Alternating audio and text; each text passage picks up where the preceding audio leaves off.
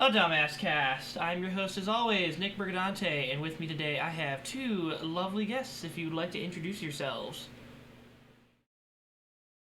I'm Nick, getting a haircut. Great. Thank you. I'm also Nick. Okay. From a parallel universe. Are there any other Nicks that we have to clear out of the way that I should know about? Yeah, the Nick that is eating a fucking bagel on his own goddamn show. Yeah. At 4 p.m. Sorry, I'm a degenerate. What else have you eaten today, Nicholas? Nothing. This is literally the first thing I've eaten today.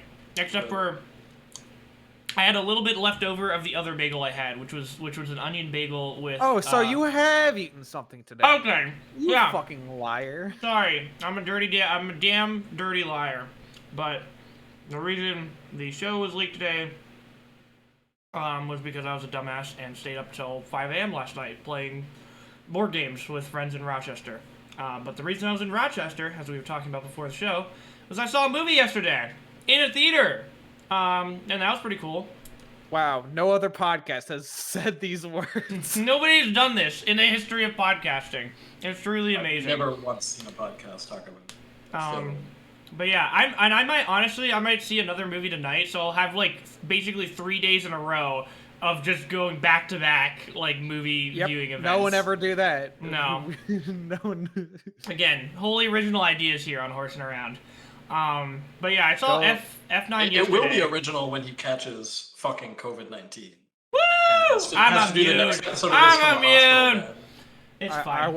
I won't lie. I literally go to the theater now and I'm just like, mask on the entire time. I don't trust anybody. All you fuckers could not have the vaccine. I don't trust you. I've got the vaccine, which means I probably won't get it, but fuck you. Fair enough. But yeah, I saw F9 yesterday, and without getting into spoilers, because I don't think any of you have Jack, have you watched the series? Yeah. Okay.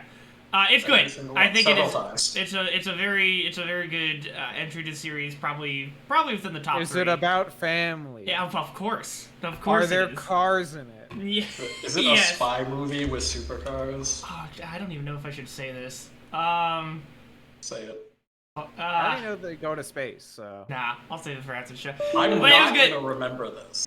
So. Oh, there wasn't any space to fucking continue recording. All right, I'm just gonna pull this from the stream afterwards. This is getting even more professional, Nick. I gotta say. I forgot I needed to clear out space on my drive for recordings. It's fine. But yeah, good fast entry. I like that they good fast entry. These are the words I live by. Number 10? No, number 9. Well, 9. I mean, it's 10 if you count Hobbs and Shaw, but yeah. the 9th and I numbered. Don't. Wow. Oh yeah, okay, never mind. Very brave of you. Tokyo Drift. Just kidding. I haven't seen Hobbs and Shaw. I have no opinion. I also haven't actually. I think of the trailer they had a line which was like, "Let's get native," and I was like, "Whoa, I can't fucking watch this. This is against the Geneva Convention." No, it's good. It's like that is they distilled the action of the Fast and Furious series into Hobbs and Shaw, so it was a good time. But I think the more important discussion that we can have is about the movie I saw the day before that, which is a little film with a certain actor named Nicolas Cage called Pig. It's Nick Cage and he's got a pig, but not for the entire movie. Yeah, see, he's not. The rest he doesn't of the have movie, the pig. That's he's got problem. sadness. Yeah. What if that was like?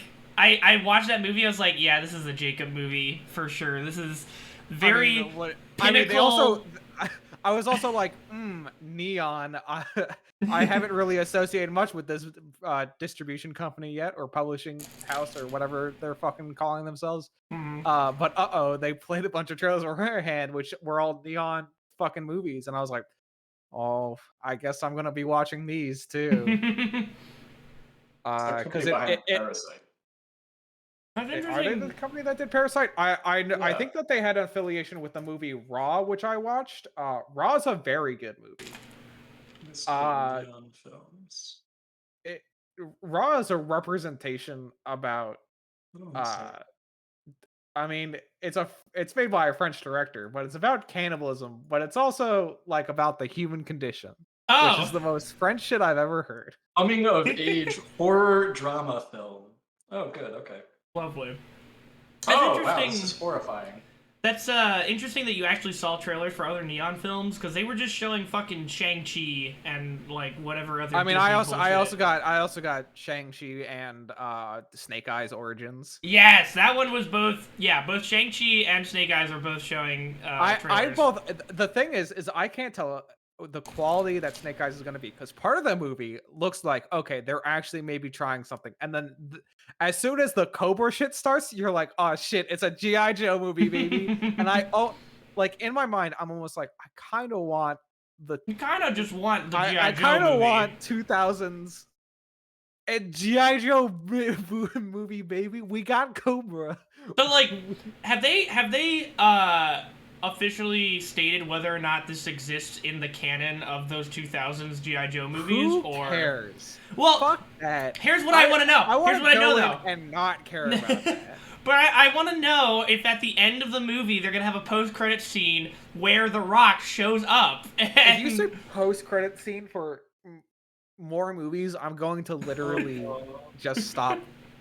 Please. There have been multiple times where people are like, "There's a post-credit scene in this movie. We should stay." Well, actually, no, because I wasn't there with anyone. But like prior, people would say like, "Oh, hey, there's a post-credit scene. Did you watch it?" And I said, "No, the credits started rolling. I had to use the restroom, so I got up and left." I will watch it on YouTube. Yeah. Oh wait, so I have a Black Widow story, but we can wait until we get to Black Widow, which I assume we'll probably get to eventually, since that's a movie that came out recently. Yeah, that was actually the movie I was thinking about seeing tonight, because I haven't seen that yet. Oh, okay. Then maybe we shouldn't talk about it, because I I don't know. You wouldn't be surprised by my take with a fucking Marvel movie. Are you saying? Are you about to tell me that Marvel's Black Widow is not a cinematic masterpiece that redefines filmmaking? Is that what you're about to tell me, Jacob? I don't want to hear it. If that's what you're going to tell me, I don't want to hear it. Does your review involve the words cash grab? No, my reviews actually don't involve the word cash grab, but my review does involve kind of what the line that Nick was going down of. This wasn't that good. I mean, it's fine. I think I gave it a 5 out of 10, but it's more 4 out of 10 than 6 out of 10, if that makes sense. And that rankings, think of like a low 5, high 4. And that's probably where I'll leave it. I think on a second viewing, it would probably tick down. Like it sat solidly at a 5 after I came out of the theater, but thinking more about it, it's drifted down into that lower region. So I'm sure if I watch it again, but it does genuinely have it has probably I mean, not even probably, it literally has one of the worst lines ever spoken in an MCU film. Oh, I think somebody spoiled that one for me. Don't spoil it. But I think I know what you're talking about. Nick, I want to use. Does it have to do with women? No, but I'm gonna add. Well, yes, but you've said it in the wrong way. Okay. You know how in Catan you can pull too many resources. Yes. Okay. And so you have an abundance abundance of those resources. Okay. Yeah. Okay. Oh, great. Oh boy. I don't know. We were literally like, this has to be the Black Widow curse, because up until this point, the clear worst line in Marvel history is when Black Widow is telling fucking Bruce Banner, "Yeah, I can't have kids," and then she immediately goes, "Not everyone. I'm a monster too." Oh my Paraphrasing. God. Oh my God. I forgot about Age of Ultron. I had to rewatch Age of Ultron because my roommate was rewatching it entirely. I mean, so here's the problem: is I used to buy into the lie that was like, look, it's like after Age of Ultron comes out, I was like, woof, Jesus Christ, that was a bad line. But then they were like, then some people were like, I don't know, like maybe she was talking about like how she's a killer, and so like it's just like a poorly timed thing. But then you rewatch the movie like I did, and you're like, no, they really just kind of like Joss Whedon doesn't know how to handle women. That's real bad. I don't know. It was hilarious. We were talking about that. We were like, do we just need to like all rewatch Buffy and see if Joss Whedon never knew how to handle, like, what happened? Doesn't. You don't need to rewatch Buffy. I mean, he definitely does. I mean, even back in the Buffy days, we know now with all the fucking exposés that he like even if people were like he can kind of handle like like women on screen, it turns out that no, he can't handle No. women at all. He doesn't know what. It turns People out that getting- everybody who's ever watched Buffy was just into that, and so it never tripped any red flags because everybody who watched Buffy also doesn't know how to interact with women. Wild. Yeah. Did anyone see Space Jam? No, I really want to watch it. It looks awful. It looks so bad. There was like a rap battle preview that they fucking put out. Everything I've I heard wanna about watch it it is now. it's not worse. It's not as terrible as one might assume from the promotional material, but it's not good.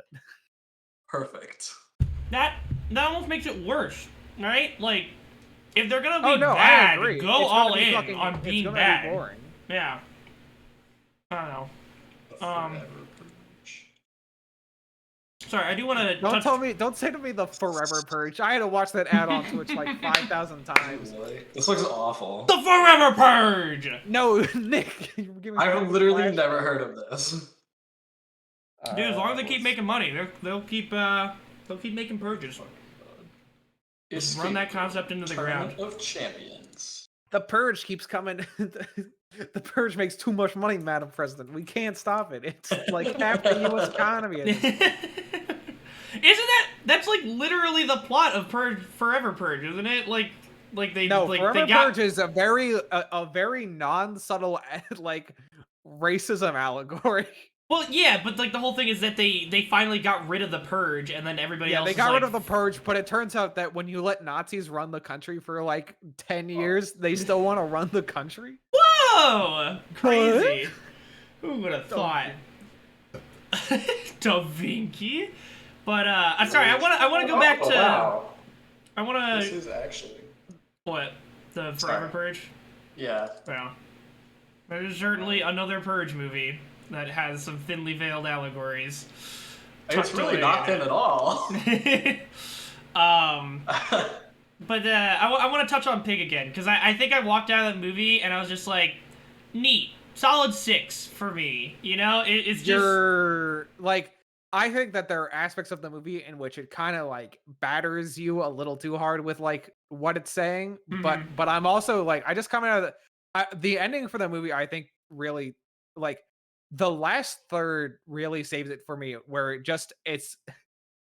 doesn't try and come it stops trying to hit the message, because the message eventually becomes like, yeah, like uh-oh, shit happens, like, I guess. No, it's not even shit happens. It's literally like it's that metaphor of because you're like, okay, yeah, okay, this is about like modernity versus like and consumerism versus sustainability and you know, rugged isolation. individualism or whatever. Not even rugged individualism, because I don't think he sees himself as a rugged individualist, like he's making it on his own. He's literally just like, I have literally hidden myself from the world. I hate living in a society, so I'm going to leave. Goodbye. Yes, And then it is live in a society. This is a lot of stuff I'm going to bring up is going to be in the first third in more detail, just so that I don't spoil Jack, so I can see it and actually see. I'm gonna forget all of this. And Okay, that's fine. Then I'll just fucking say whatever I want. But literally, that's what you think the movie is for the first half, and you're like, all right, yeah, okay, I see where this is going. Like, a guy got burnout, and then he like for understandable reasons, and this is going to be like a very interesting way in order to display a story about anti-consumerism. yeah. And then the second half of the movie turns into, oh no, existentialist nightmare. Oh no. Nightmare. Oh no. And then Fuck. Shit. yeah. I don't know. It just like it didn't like. I don't know. Maybe I just have brain rot from watching the Fast and Furious movies. I was kind of like expecting it to go more crazy. Like, and also I think I might have been tainted by like his Nicolas Cage's other recent indie work, which was like the fucking Mandy, where he just goes fucking insane for most of that movie. I think the trailer almost helped me because at first I was like, oh man, I really shouldn't have seen the trailer. But then I saw like a post about it and they were like, what? I thought this was gonna be John Wick, but with Nick Cage and a pig. Yeah. And I was like, no, I fucking watched that trailer and that was clearly not what this was gonna be. It was not gonna be John Wick, but with a pig. It was gonna be man really wants his pig back, and he's literally, I don't know. It also has like, it has some laugh lines that I feel like I've seen in other movies, but they just hit really well in here. They do. Like there's a surprising amount of comedy in it. It's for very how sad it is. Yeah, they like when they hit the dry humor, it's fucking great. Like what I'm trying to think of one. It was like hey, is Edith here or something like that, and she's just like, Edith's been dead for 10 years. I was like, whoa, shit. And like that entire scene is so funny because he's literally like just standing there after being fucking horrifically beaten, and she's just like, so are you gonna order something? No. He's like, no, and then she just drags out the phone. He's like, all right, fuck it, I tried. Whatever. Nice. Hey, thank you, Snart, for hitting me with that sub. I fucking forgot to start the stream. Unbelievable. Bad fan. Bad fan. But, yeah, like I don't know. I don't think it was like the dry humor hits, and the second half really reestablishes like the whole fight is almost like so much of it is at like even Nicolas Cage comes to the realization that his attempt in order to like completely cut himself off from the world is utterly meaningless. Like everyone's actions at the end is utterly meaningless, and it's all people like literally running away in order to appease some societal understanding they have of what they're supposed to do in this situation. Where like when Nicolas Cage is like, well then like when I forget the actor's name. He's from Hereditary. The guy that's with him for most of the movie. Yeah, Alex Wolff. Yeah. Sorry, he's got a twin brother who's in a lot of other movies too, so sometimes it's hard to tell them apart. But Alex Wolff, Alex Wolff is like, then like, what's the whole point of this? And he's just like, I love that pig, and you're like, oh shit, he's finally like fucking like admitting, like actually opening up. But he doesn't fuck the pig. That was established earlier. He does not fuck the pig. He doesn't fuck the pig, but he does love the pig as like a breaking family the member. long tradition of prime ministers fucking pigs. I don't know. Are you saying Nick Cage is a prime minister of what, like, Jack? I don't want to say like the quote unquote movies. I don't want to say the quote unquote twist that kind of kicks off basically the end of the movie and the start of the epilogue of the movie. But I don't know, when the reveal happens at like the hour 20 mark. Yeah, I got emotional. Yeah, that was like I honestly. Like, oh shit! What the? Oh no! I thought the scene before that, where he's doing that thing with the friend or whatever, like leading up to that scene, that was that was also the entire final sequence in the house is like just. It's incredibly fucked, but in like a good like fucked way. It's just human, like, you know? Yeah, exactly. I don't know. I also got like really emotional off the line of like, Dad, I made you dinner, and then like he's not responding, and then he opens the door and says, "We made you dinner," and I'm just like, oh shit, fuck, oh god, yeah. It's a like, hell of a movie. Going through all the places. I also really like. Yeah, don't you know the secret underground restaurant? Yeah, okay, can we? All right, that's a little bit of a spoiler, but I think we gotta talk about it if we're talking about this movie, because like it's not really a spoiler. It happens like 30 minutes in. Yeah, and then it just gets dropped. Like that's just a thing that happens, and then they move on. So the other thing is I think that is genuinely like a. I don't know. Maybe that's like an actual thing that we just like don't know. Right? About. And is the that filmmaker like was like, I embedded with a bunch of chefs for like 5 months to make this movie, and it turns out that was a secret underground fight ring in Portland. Yeah. Like, all right. Is that real? Surprise me. Maybe. Fucking restaurant workers are wild. I guess, man. That's That fucking. would absolutely not shock me. I don't know. I also just like the escalation of literally like him showing up to that old guy and being like, "Hey, I need your help," and he's like, "You don't have no sway here Your name anymore. used to mean something, Yeah, but no now one it even knows doesn't." you're alive." And then he fucking goes to his like, it's literally like him walking into his. I mean, Nick Cage does this a lot. He just walks into someone's actual home and is like, "I have established dominance."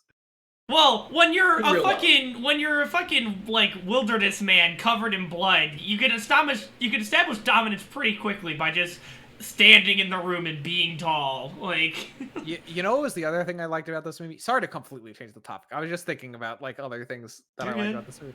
But it's a cool like hour 28 and it was the most wonderful thing. I got in there at 9:15 and I was out at 10 and I was like, "Ooh, baby, ooh, a movie that I sit down and watch." And I'm like, "Ooh, it's smooth. It comes by.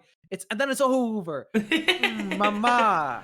It doesn't overstay its welcome.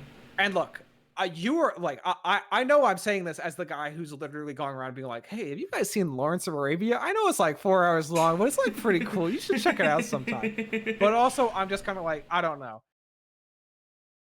I sometimes you just want a nice little medium-sized budget movie where you go in, it's an hour 30, you sit down, you enjoy it, and then you come out and you're like, "Man, that had a lot of themes I liked." And then you go home and then you finish watching another movie that you're watching earlier, but your Amazon rental was going to cut out before 11, so you had to rush back so you could finish it. Is this coming from a personal experience, sir? No, why would I be so specific about it? Yeah. Purely hypothetical. It's definitely like, I don't know, I don't mean this like as a slight, but like it's a very like Netflix movie that's like something that I disagree. I don't feel like I needed to see it in theaters. Like, I don't know. Netflix puts out some real trash. Right, but it's like a movie that I could just vibe in my like chair, be all comfy at home and watch it. I don't say this. I'm so upset. Look, maybe I am just a fucking like average pleb or whatever when it comes to movies, but I don't feel like the movie experience if you think that is what you want to do, that's fine. But I disagree. Okay. I genuinely do like watching these mid-budget movies where literally nothing happens, and then people say, "What's the point of going to the movie theater? There wasn't even explosions." And I'm like, it's fine. The color on the movie screen was it was shot on a camera meant for the big screen. I want to go watch it on the big screen. Sometimes you don't have to have a big blockbuster to go to the theater. That's just my take. I'm sorry I had a violent reaction. I understand. Fine. No, I wanted to hear what your counter to that was, because I knew that was the average Joe's opinion of the matter that yes. I'm look, I so. understand the majority. Like, look, there's a statistic out there, and I don't know if that statistic is how that statistic holds up anymore. But of course, this is a statistic before 2020 and fucking pandemic. But Yeah. It was like the average person goes to the movie 3 times a year, and I was like, that can't be right. Yeah, I go to the movie. I think I generally like. Yeah, it's Right, something that's where just I would like to movie. go to the movie theaters just for any movie, just to support theaters, like in that sense. But like looking at this movie in particular, I didn't feel like I got anything out of it that I wouldn't have been able to get by watching it at home. For me, Here's the difference: watching at home, to me, I'm going to put the personal, just to make sure that everyone knows that this is my personal opinion, and does not reflect the opinion of the Horsing Around Network. The massive And network its we have sponsors. here. Yeah. You can see my TV over there, and there's a TV in the living room. Uh-huh. I don't want to watch fucking movies on those. I want to go to a nice big movie theater with a nice big chair where I turn my phone off and I can turn everything around me. It's almost like a fucking meditative state. Where I go there and I'm like, the only thing I'm going to focus on for the next hour and a half is Nick Cage and this fucking pig. You know That's what? all I want. That's a good argument. Yeah, being entering that zone is something that comes with going to a theater, and you don't Like really... have I the understand. distractions. This is my own. Look, there's a classic. nice Nick, you nap. watched all of Red Letter Yeah. Media recently, Yes. and there's a hilarious Red Letter Media bit where literally for for the Wonder as Woman review? long as I maybe it's the Wonder Woman review, not the 84 review, Yeah, the right? 84. Yeah. Yeah. The one where it's hilarious that you can pinpoint the exact episode I'm talking about, but Watching a lot of Red Letter for Media. years they were like, the movie theater experience sucks. There are people who are loud, guy munching on his popcorn, person on his phone. And look, there was a person on my phone, on their phone constantly during my viewing of Pig, and I was very mad at them. But I was still watching the movie and enjoying it. Mhm. But the joke in the Red Letter Media 1980 Wonder Woman 1984 review is them being like, yeah, I'm so glad I get to watch movies at home now. And they start the movie and Rich starts eating popcorn and there's a fucking vacuum in the background and noise outside. And I'm Yeah. like, oh yeah, this bit makes sense to me because I have the exact same feeling while watching movies at my home where people are Right. like, just watch it at home. And I'm like, no, I'm distracted almost more at home than I am in the theater.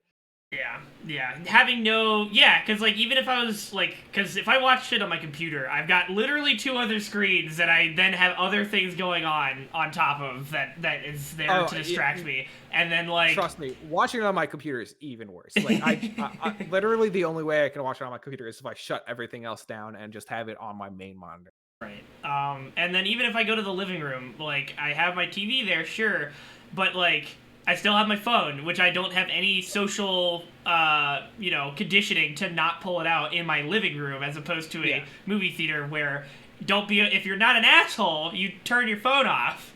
Exactly. Like that's the thing is like, I think that a lot of people, and also this is of course a thing with watching movies.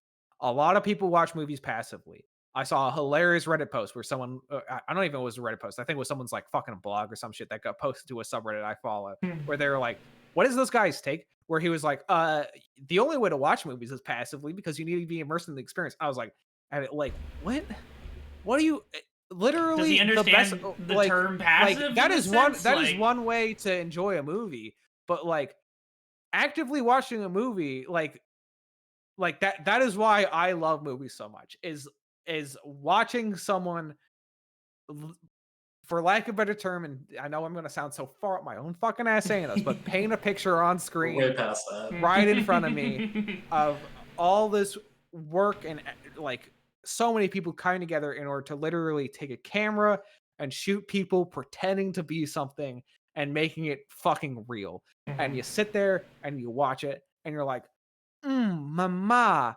And you think you sit there, you're absorbed into it, but you're also actively thinking about like what are this movie's themes? How is the camera work attributing to that? Like this movie used a very like simple but effective trick of whenever our characters are in a stable conversation, the camera is stable.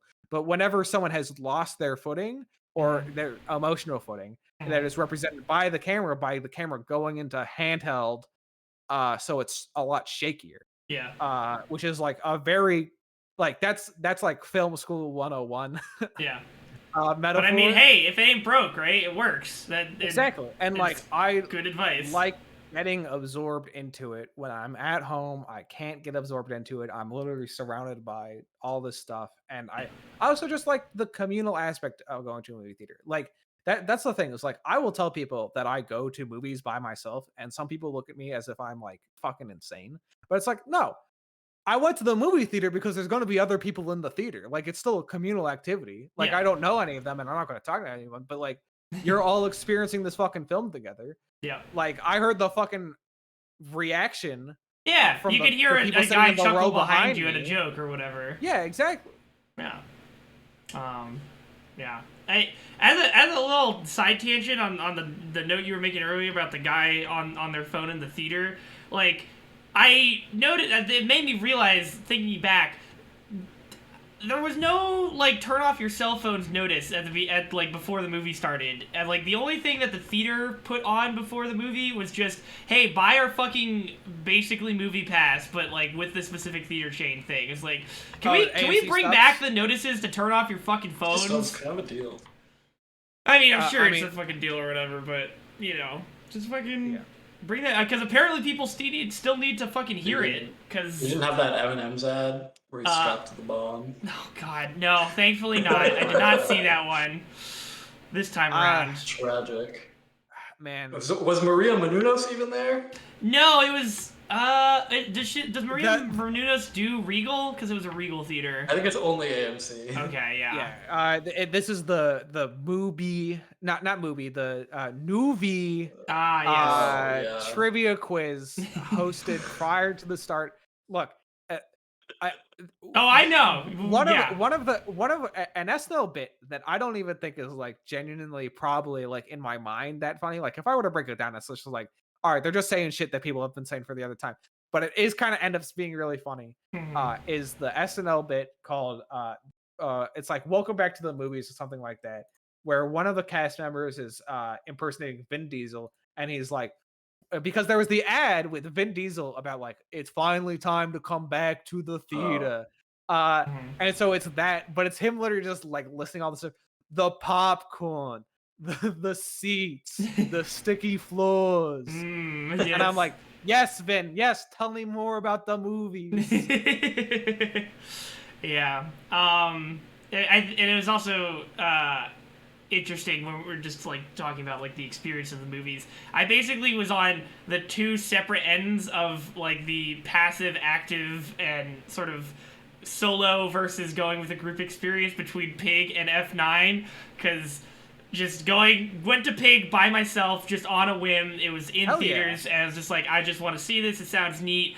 And then I just like sat there in silence and like absorbed the movie for an hour and a half, and then fucking the next day I'm in F9 with Lul and Dylan, and I'm fucking I literally when Han actually like showed up on camera for the first time, I fucking jumped in my chair and lost a bunch of popcorn. Like it was literally that. You had the same reaction as that one reviewer who watched Incredibles 2, and when he saw Mrs. Incredible's ass, he fucking went nuts. That's so I feel like I bring it up every time the movies are brought up, but it's just too fucking, like, this man went out and wrote a fucking review that included him talking about it. When I saw Mrs. Incredible, my popcorn went fucking everywhere. I'm like, what the fuck's wrong with you, dude? You can't say that. Jesus fucking Christ. I want to go back in time to where I didn't know that. It's okay, Jack. You'll forget about it, and then I'll tell you it again, and you'll think it's okay. I'll just keep reminding you. You'll never really forget, but you'll forget every once in a while, and for those moments, they'll be good. But yeah, it's good. It generally is good to be back in movie theaters. I am a little bit disappointed. I thought what we were gonna do, but then it didn't work out, was that they've got these fucking 4DX theaters in Destiny Mall. And like with moving chairs and like fucking water and shit. And fans, and I wanted to watch F9 in a 4DX viewing so badly. So much money, dude. I know, but I would pay it after binging the Fast series and like being all prepared for F9. Like I would have paid the extra coin just to experience it in 4DX. But it's already starting to go out of theaters, so it's already out of 4DX. And it looks like, I think the only thing that's showing at Destiny right now in 4DX is Black Widow. Which I don't know if I'm going to pay extra to see in 4DX. I don't know. No. It specifically F9 seems like a movie that would be worth just fucking turning into a ride. I agree. You know? It's one of the few movies out there that I could see. I think like that, and maybe like if I had the chance to go back in time and 4DX was popular when I was watching this movie, like Mad Max Fury Road probably. Oh my God. Just so I could watch it again. But like Mad Max Fury Road and 4DX would be whole. The only thing I would want is when the sandstorm happens, they just fucking throw sand in your face. I'd pay for that. I'm blinded. I can't see shit. I can't see the cinematography and the special effects with all this fucking sand in my eyes. Oh God. Why is Mad Yeah. Max Fury Road like genuinely one of the best movies ever made? They just It's fucking fucking, they crazy. just It's popped just- off. Angry people driving for 2 hours. But it's more and than it's that. amazing. That's what makes it amazing. No. It's the I chalk it up to the same effect that Spider-Man 2 has on me, Sam Raimi's Spider-Man 2, where you're like, hey, how come this schlocky movie has like some Greek tragedy epic hidden inside of it? What's with that? How'd you do that? I don't. Yeah, Why'd it's you like say pizza time? But then also he's. uh-huh. Why is the Odyssey in here? I don't understand. Oh god. I mean it's just a very like straightforward story, but then like it has those layers that you can peel back when you're like re-watching it for the 4th or 5th time. Like, And that's what I love when Vin Diesel, a guy impersonating Vin Diesel on SNL says, "It's time to come back to the movies," and I'm like, yes, more the movies. Correct. More the movies for sure. Shit, what was I gonna say? Fuck. Something about movies. Unrelated to Vin Diesel, Go but for it. definitely related to Nick Cage. Uh-huh. Did you ever watch Color Out of Space? No. Yes, I thank you for bringing that up. I watched that Fucking- this week. Did you Fucking great really? movie. Yeah. It's How was very it? weird, but so is the source it- material. Yeah, to help Nick. Yes. And because and our audience, of course, our Of course, audience. our audience Oh, of who- two. who's Round of watching applause this for our other than- audience. I think maybe No, Maddie, because Snart subscribed, so I assume that's the other viewer we have right now. But I don't know. I'm not convinced. I'm one of those viewers. Yeah. But Color Out of Space is a short story or a novel done by. It's a short story by Lovecraft. Yeah, short story. That's what I assumed. By the guy with the really I didn't interesting vote. cat name. Yes, that with Not his cat. Yeah. No, the cat in the Okay. story. Sorry. Yeah. Okay, so It's a good story. It's a good story except for the cat name. Yeah, everyone's favorite racist, H.P. Lovecraft. An accurate description. And so Color Out of Space is a story about an alien that lands on the planet, and Lovecraft shit happens. Of course. It takes place in rural Massachusetts. They That's literally all of talk this about story. Arkham, which is the fake city that is in a lot of Lovecraft stories. It's Danvers, Massachusetts. Yeah, okay. But this alien isn't like a bleep blorp alien. It's like a Lovecraft monster. An existence. It's literally like an undescribable hue of purple and red. Yeah. Like, It's and that is the color best out of way. Space. Yeah, and that is the best way I can describe it, because I don't know what fucking color they used in order to make that color. Did they but actually make a literally- color that didn't like look real No, in the movie? the color exists. Okay. before. The movie But- kind of. I don't mean, know if It's you know really this, but hard to translate. Right. visually. So they it's- just do like a rainbow thing. Yeah. but it does do it. Well, it's not. But it's not a rainbow thing. It's like a It looks like specific oil type of. when it puddles underneath the car, kind of. Yeah, that's a good description of the color. Yeah. Which I think in my mind as a translation, I think works, because I that's a color thought it was good. that like- can only. It's a color that you've seen before, but is almost foreign to you. Mhm. Yep. Which is and It's also- something best that's you can clearly do. not natural. Yeah. Yes, it's not natural, and the cinematography does a really good job of not being like, "Hey, how come things are getting more colorful around here?" Yeah. Like literally throughout the from 15 minutes into the movie, not 15 minutes. I think it might be even less. I think it might be like 12 minutes in. It happens pretty early. Yeah, it happens pretty, because you establish the family, you establish each individual members of the family. You establish the hydrologist. Yeah. Which Jack, that is the fucking one of the funniest. I literally think about that line so often, where it's during the climax of the movie where him and the sheriff come to their house, and Nick Cage is like looking as he is in the late stages of that movie, and he's Fucking like, insane. yeah, and he's like, yeah, the toxicologist, and in his shock, he's just like, it's a hydrologist. Because he has to keep correcting people throughout the movie, and like They keep in calling this him moment, the wrong title. yeah, but in this moment, he is in such shock that the only thing he can do is repeat that same stuff from before. And I'm like, yes, this is hilarious. This is great.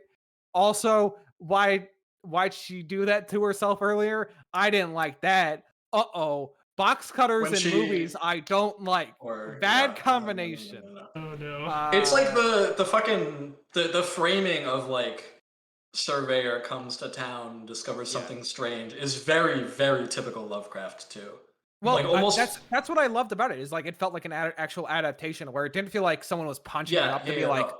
"Whoa, It's dude, it's this a is great." really good adaptation of Yeah. a Lovecraft story.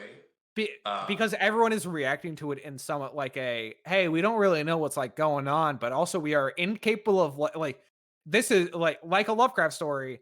This is literally so foreign to us. We are incapable of coming to an understanding about it, so we don't really know how to react. Yeah. So The like big theme in a lot of Lovecraft stuff is that something is literally so beyond human comprehension, it drives the story's characters insane. Yeah. Yeah. Yeah. And Also, they either end up absorbed or killed by it, basically.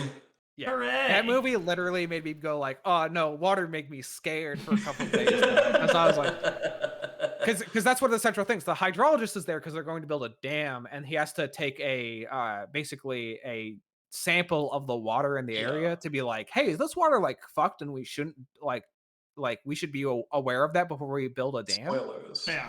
Well, Oopsies. at first he doesn't find anything not at the first. really terrible, but he kind of says like, this water like doesn't look that good. Maybe you should like wait, because like When he keeps the pulling from like the well on the property. yeah, he's pulling from the well or on the the property. sand He's field, pulling yeah. from the lake nearby, and he's pulling Yeah. from yeah. Well, I think the squatter, he uses the well water as well. Yes. Oh, I forgot about that. Yeah. That was a weird addition. How can you forget him? He's like, I watched this movie like when it came out. Oh, okay.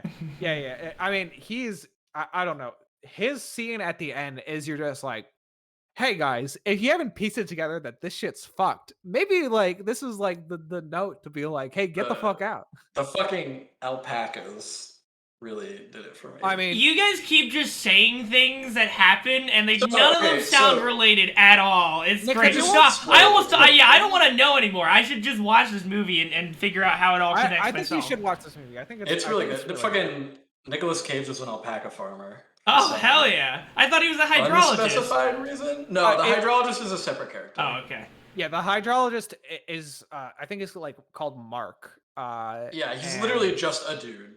but once again, very Lovecraftian. What's your job? They're always just some guy. Hydrologist. Oh, I'm a surveyor. I'm a hydrologist. I'm Literally, an author. I'm a historian. A not very normal job for you to see crop up in a story, but just normal enough just normal enough where you're like, oh, okay, yeah, this makes sense. But it's almost like it's The almost whole like point is it's a lot of person it who has is- been randomly introduced to a scenario. Yes. They're randomly introduced to a scenario, and also they are somewhat educated in the field that pertains to what's going to happen later in the movie or story. But they're like, uh-oh, this is unexplainable. This is bad. Oh no. I'm gonna flip now. Gonna flip the fuck out. Look, the one that really got me is like the body horror in the movie is fucking crazy. And oh no. and when you see something happen to specifically two characters at the same time in that movie, I was like, oh shit, that's kind of fucked. But then they show it to you, and you're like, oh no, that's even worse. I didn't think you would do this to me. Oh, movie, what are we doing here? But it's really good though. It's, I did not like that part. No, because it's really fucking unsettling. But it was good. Body horror kind of fucks me up. I'm not so sure if I'm gonna watch this movie. It is a really good movie. At the halfway point, when people run away from the well, just don't look at the screen. That's all I'll say. All right. I'll see how bad it is, and then maybe turn away if it's too much. Good lord. I mean, that is probably other than the alpacas and The that those are alpacas is probably just kind of disgusting.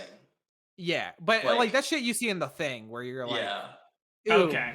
kind of gross. Yeah. Yeah. Have you seen The Thing, Nick? I have seen reviews of The Thing, and it has shown the fucked up stuff in The Thing, which Okay, is yeah, very like- disgusting. But yeah, I've at least seen It's kind of on that level. It Okay. doesn't like it looks better because they're using special not. like Yeah. Because it's 40 years later.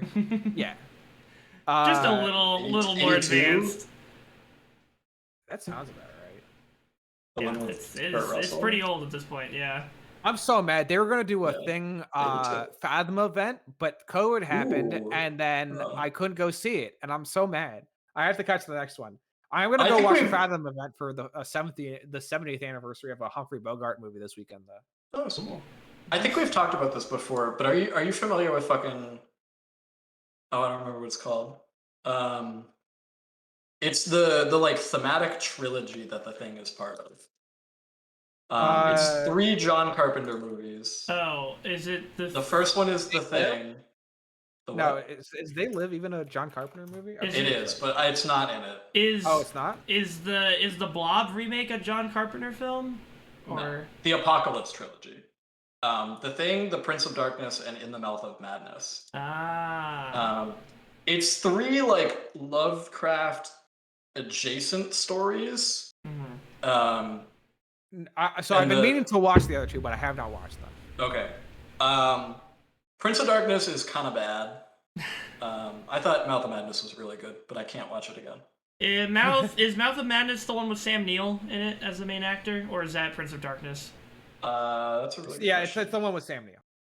Mouth of Madness or Prince of Darkness? Yeah, Mouth of Mouth Madness. Okay, yeah, that Prince one. of Darkness has Donald Pleasence and Alice Cooper. Gotcha. Yeah, those Oh my are god, I forgot Alice Cooper was in that. Fuck. the names the names of these movies only are recognizable to me because I just saw the fucking reviews of them by Red Letter Media. Hilarious. They cover a lot of the horror and weird shit classics, so Yeah. I tangentially know about them through them, but yeah, it seemed interesting. Fucking Sam Neill, man. He was, I mean, obviously Jurassic Park, but he was also on that, what was that show where they were like, something about Alcatraz and there was like time travel involved. It was super fucking weird, and I don't think it got more like than 1 or 2 seasons, but it had Sam The Neill show in it. titled Alcatraz. Is it titled? Let's find out. Yes, Sam it is. Neill. The show's premise is that both the prisoners and guards disappeared in '63 and have abruptly reappeared in modern-day San Francisco. Yes. Right, yeah. Man, Oh, this was not. probably not that good. I imagine it didn't last very long because it was not that good, but I think I watched some of this, and it did not. it seems like it's got like at least decent ratings, but I don't know. I'm very hit or miss on stuff like this. Who cares? yeah. TV is poor platform. Damn, You watched. you've never watched- bold take from this man's. Look, there are some good TV shows out there. TV's just not for me, and that's my It's very reasonable. the. Insanity take That's just for the how day. I feel. Yeah. Yeah, I don't know. Oh yeah, my Black Widow story. You guys want to hear my Black Widow story? Sure. What's As your we- Black Widow story? So I'm sitting there. Yeah, as you are. I'm getting ready. I'm not sitting here. Sorry. The theater we're at is a split level theater. So there's a like a lower floor and an upper floor. I'm Yeah. on the upper floor waiting for my friends to come up from concessions. Mhm. And I'm sitting there, and then I hear someone behind me, and they say, "Oh, hey there, Mr. Scott." And I was like, "That seems like a real weird way to refer to somebody." And then I hear a voice respond back in a very similar voice that I have heard before. And I turn around, and walking into my screening of Black Widow is South Carolina Senator Tim Scott Oh my god. and some of his staff. And he literally sat a row and like 5 seats down. It was fucking crazy. What are the odds? What are the Wow. odds, man? It's one of the most DC stories I've ever had, and I had to tell it to more people. So Yeah, that's this feels crazy. that's what living in the capital be like, I suppose. Wild. Did you get his I mean, autograph? I wasn't even at a movie theater that was in DC. It was in it was in Arlington, which is Northern Virginia, a small county in Northern Virginia. Not small, but like it's a place in Northern Virginia. Fuck. It exists. It I exists in mean, Northern you Virginia. got the big cemetery there, so it's relatively close to DC. Yeah. So yeah, that was my weird experience watching Black Widow. Oh, also there was a joke in Black Widow that did not land with anyone, and I was kind of glad that no one laughed at it because it was real fucking bad. It was literally... Did you think that Scott was gonna No, this laugh sorry, at this it? was detached from that. Okay. It was more. Sorry, I was. How my brain works is I start when I start thinking about something, it suddenly like pulls open the cabinet, and then my fucking brain just goes and tries to connect everything related to that. And so I was just thinking more stuff about Black Widow, and there's Okay, so on that topic, I wanted to ask, did you enjoy David Harbour in that movie? Was he good in it? Very surprisingly, I did enjoy David Harbour. Okay, that's good to hear. I'm happy to hear that. Watching the trailers, I was like, this does not work. And then I watched the movie, and I was like, this kind of works. Okay, that's good to know.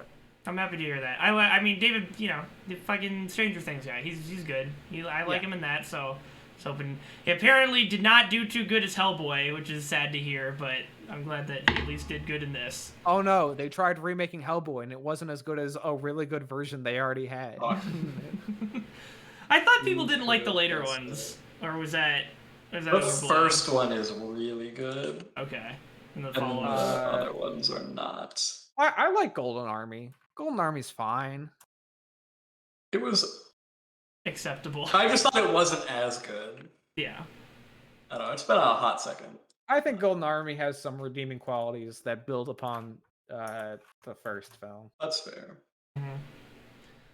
Oh, Jesus. Sorry, I still got this fucking Alcatraz Google search up, and there is an actor on here that just whatever picture they decided to use for it, they did not pick the best one. Where have I seen that guy before? Johnny Coyne, not looking too hot in this pick. Oh, there we go. But oh yeah. Is it him as a fucking priest or whatever? Well, yeah, there are pics of him as a weirdly obese priest or whatever, but that's I think a different show or something. Yeah. I don't know. So this awful photo of him in front of a Christmas tree. I did not see that one. He looks better in other photos. I'm just surprised Google would pull that one. All of them.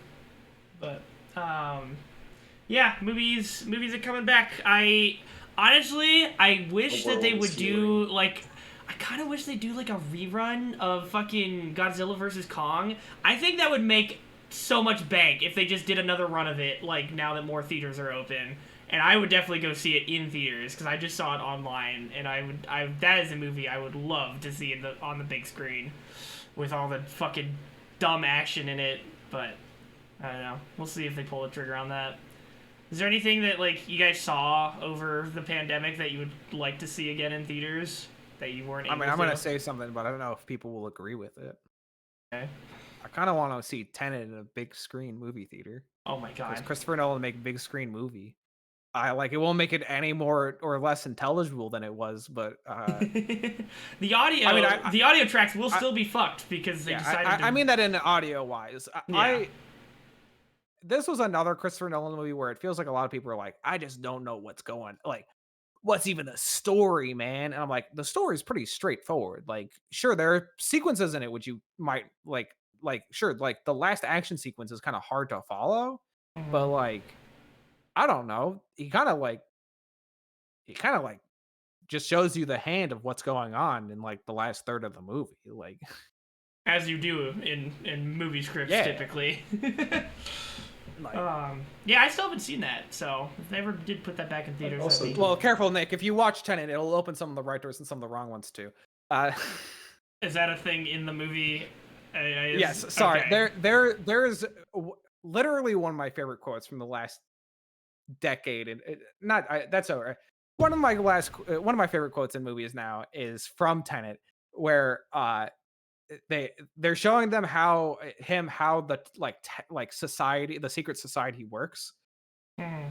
and so how you do it is you like interlock your hands, and you say the word Tenet somewhere in your speech, and that's like the key That's a word trigger. to be like, hey, I'm part of the like, watch out. I've been thinking a lot about the tenant in your building. Uh, It's a like different that kind of word. shit. It's not the same word. Who cares? You know what I mean.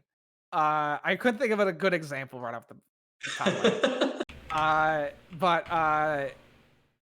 But he's explaining that if you use this, it could open some of the right doors, and some of like you can use this in order to get access Oh to other yeah, people in the sorry, I do society. remember that from the trailer now. Yeah, I he think, says, yeah. and in the he says it in the trailer, and he says it in the movie. It's like really early on, and he just goes, yeah, this will open some of the right doors and some of the wrong ones too. And I'm just like, great fucking line, Hey, quality. that's pretty And good. look, it'll open so I've Pavlovian dog trained my brain that whenever someone says the word tenant, I have to immediately Oh my respond with, god. hey, I heard that it can open some of the right doors and some of the wrong ones too.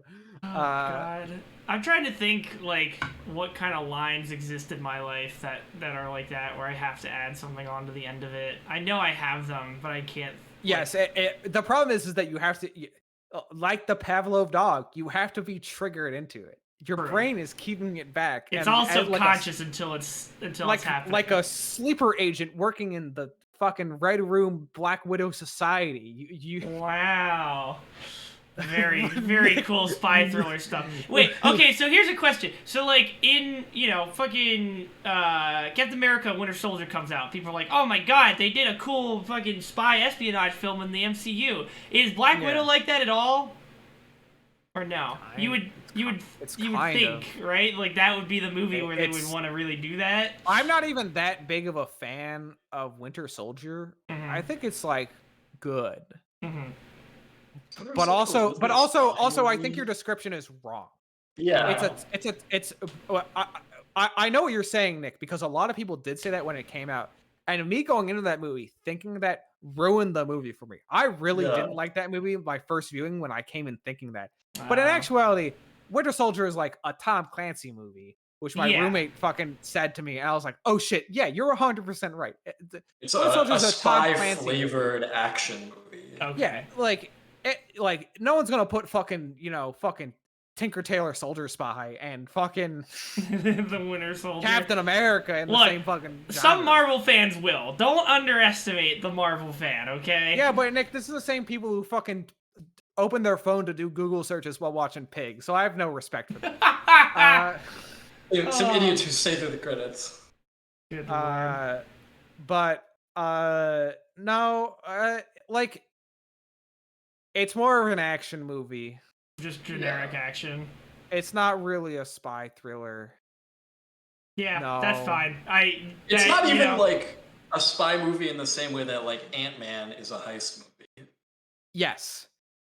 Ant-Man is the closest one where I feel like you could say like, oh, this is like a mixing of genres. And it's why I kind of like Ant-Man a lot, because it is actually it's a Paul Rudd heist movie. Yeah. And I'm like, all right, I'm here for it. I like it. Because they plan out a heist, and sure, there's like fighting in the last bit, but also it's like the heist happens. Yeah. And a heist happens. Yep. Like Captain America Winter Soldier is also the closest to that of like, oh, this is a Tom Clancy movie, and it kind of mixes genres, but yeah, it's still like an action movie at the center of it. But like it's an action movie that does at least feel different from some other Marvel movies. Yeah. I don't know. Black Widow's fine. Yeah, sticking with your guns of a solid fucking 5 to 4 area sounds like where you're at. Which is fine. That sounds about on par. I wish it was better, but I don't know. Fucking Loki was pretty interesting in other Marvel stuff. Loki had one interesting thing about it, and the rest of it was not good. Wow. All right. Damn. I don't know. Very boring and bad. I like the question of like what's going on here. The one thing, the you know what I'm talking about. Are you talking about the end of the show or like? No. The last episode I think was episode. I was talking with my friend. Episode 3, I bounced off really hard. That's the train episode. Okay. And the last episode I bounced off really hard because nothing happened in it. Oh, bounced off like you did. I thought you were like saying popping off. You've been bounced off. No. Like I bounced off. Yeah, like, I didn't really like the train episode that much either. It was boring, and the stuff that happened in it when they were like trying to make it seem important was actually bland and I don't know, not man. that interesting. I just got like fucking Mass Effect felt flashbacks when like they were having that speech and they had to make the choice and whatever. I was like, no, I did not. Interesting. I don't know. Well, the problem is much like a lot with that show is that they present to you like a topic to be like, see, this is some interesting thing to think about, and you're like, oh, so you're gonna like expand upon that and go deeper and ask like more than surface level questions, and they're like, no, absolutely not. We're going to stop the questions right here, and we're going to just do what we already told you. And I was like, but like then there was no actual question happening. You just like I understand it's already they explained what the stakes were with that choice. Like there were pretty big ramifications either way. But the problem is that those stakes were not like they didn't delve into those stakes at all. Like they didn't, besides like the first thoughts, like those are the only 2 options. And I was like, oh, actually, like me as a viewer, I was like, oh, okay, there are actually a lot of like interesting ways to go about this. And then they just didn't like have any actual discussion about it. They just sort of were like, these are the only 2 options. And I was like, but wait, no, you're actually. Well, that was because one of the characters were very driven to just choose one of them. But they didn't sell me on it, and also like they try to act like there is an actual discussion happening because the episode was 42 minutes long. Nick, they try to pretend like there is an actual discussion happening, and I was like, no, you guys aren't saying anything. You're saying nonsense. You're not saying words to each other. You're just like fucking stalling for time so that we could have a full run episode because the writers couldn't figure out what to do here. And then they end at the end and they're like, unconclusive ending. See you in season 2. And I was like, but why? You had a conclusion. Did you watch it, Jack? Do you care? No, I haven't finished it yet. I don't care though.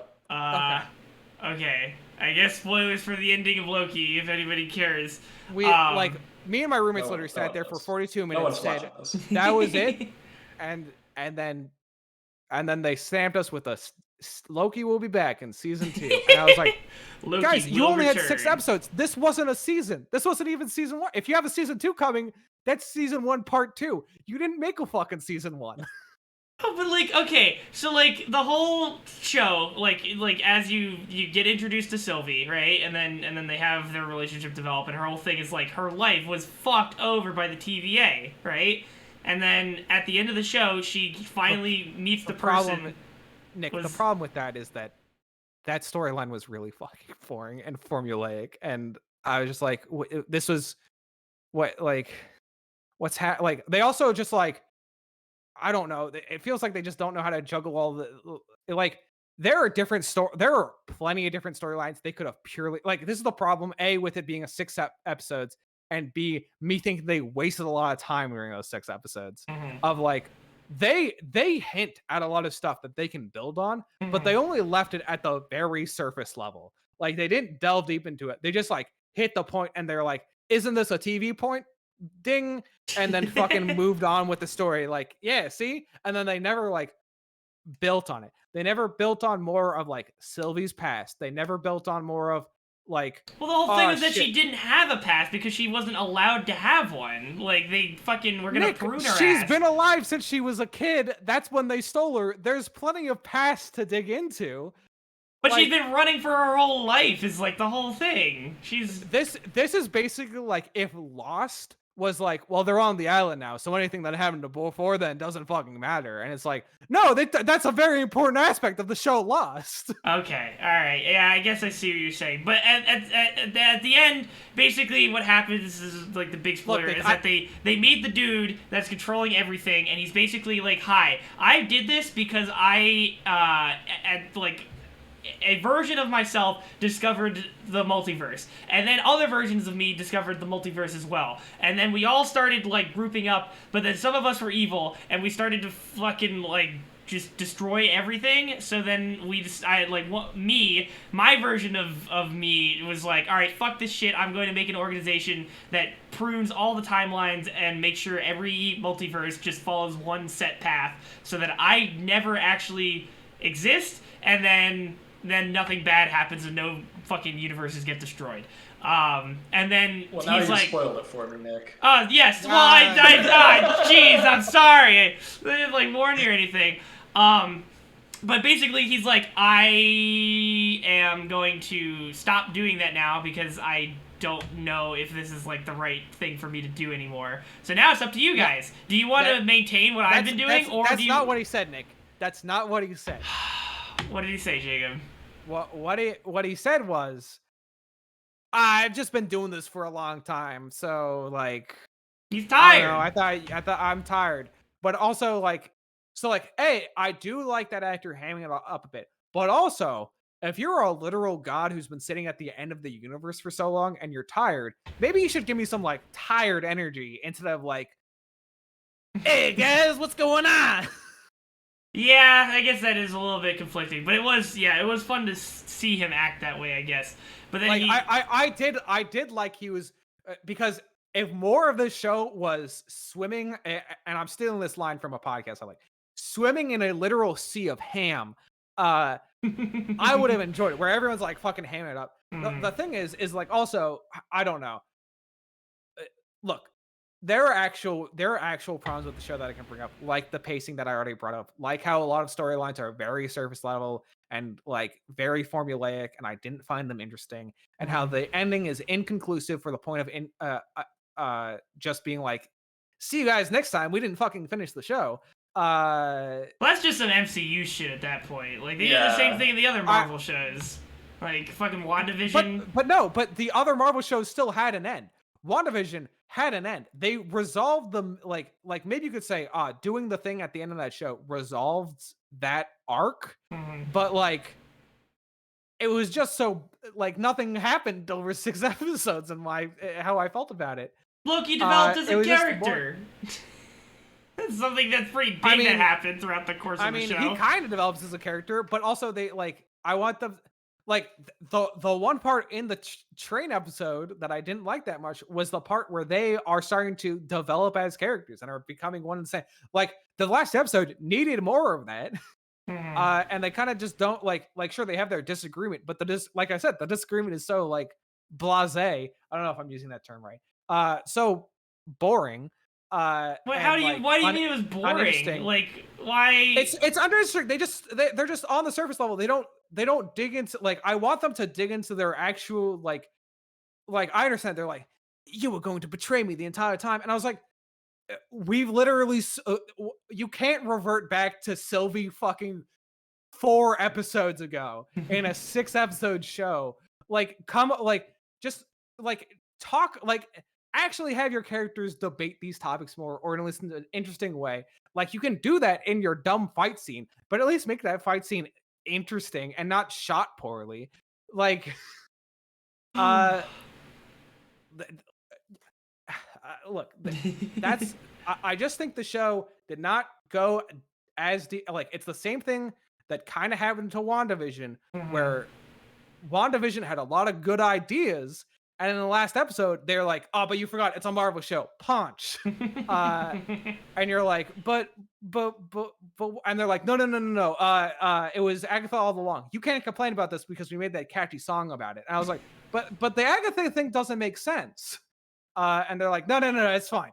And I'm like, but actually though, like, yeah, no, you just don't understand Wanda's pain. And I was like, no, I understand her pain. I understand why she did that.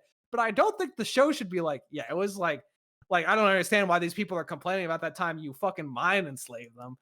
They just don't know what you're talking about. It's like, no, dude, those townspeople have 100% the right to be mad at Wanda, the woman who showed up to their town and fucking enslaved them for a couple of weeks. Oopsies. Oopsie doopsies. Remember that time when that woman said, I don't know where my kids are. Where are my kids? I'm crying. Please let me see my kids. Yeah, I don't know. I mean, I just thought the choice that they had was interesting, and like I understood why Sylvie. That's what makes me more upset. Is like the choice is interesting, and I understand why Sylvie would make that choice, but I want them to expand upon the deeper, dig a little deeper, other than the two options are singular universe or multiverse, and that's it. Like. The show just single universe with control or multiverse with destruction. It's literally control versus destroy. Like that's just you're right. It is the Mass Effect ending, and that's what makes me a little bit upset. Where like that Mass Effect ending is problematic because there are deeper themes that you can take into it, but they're just like pick. Do you want the quarter pounder with cheese or the quarter pounder without cheese? And I'm like, I don't know. I guess the cheese one. Yeah, I guess. I don't know. I'm looking forward to season 2. I think at least I had fun with Owen Wilson. I think the actors did a good job with what they were given.